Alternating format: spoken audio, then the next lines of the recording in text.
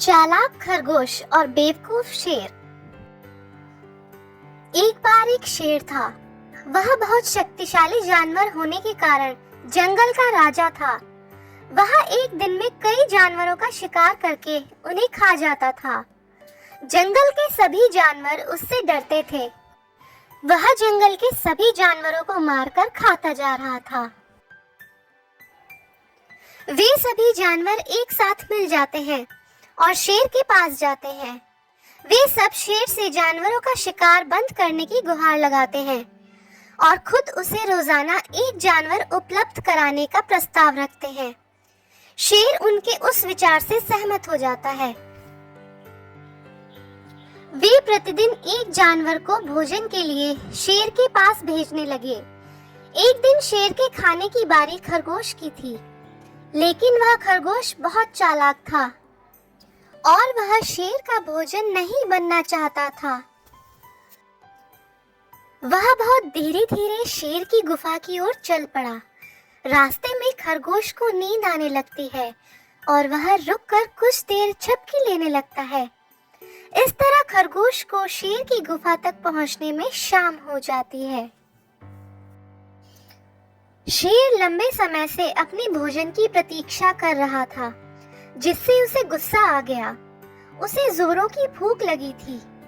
खरगोश को देखकर वह गुस्से से चिल्लाया और बोला कि मुझे बहुत भूख लगी है और सबने मिलकर मेरे लिए इतना छोटा सा खरगोश भेजा है।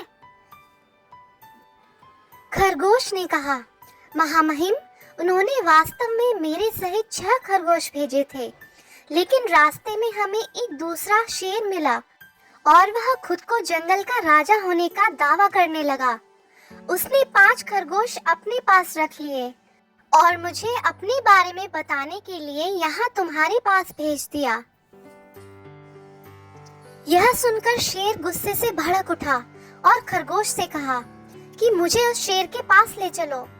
खरगोश उसे एक कुएं के पास ले गया और कहा कि शेर इस कुएं के अंदर है। शेर ने कुएं में देखा तो उसे कुएं में अपनी परछाई दिखाई दी और वह उस परछाई को ही दूसरा शेर समझ बैठा। शेर उस पर गरजा।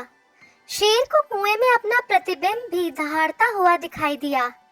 उसने सोचा कि कुएं का शेर उस पर वापस दहाड़ रहा है और उसे लड़ाई के लिए आमंत्रित कर रहा है।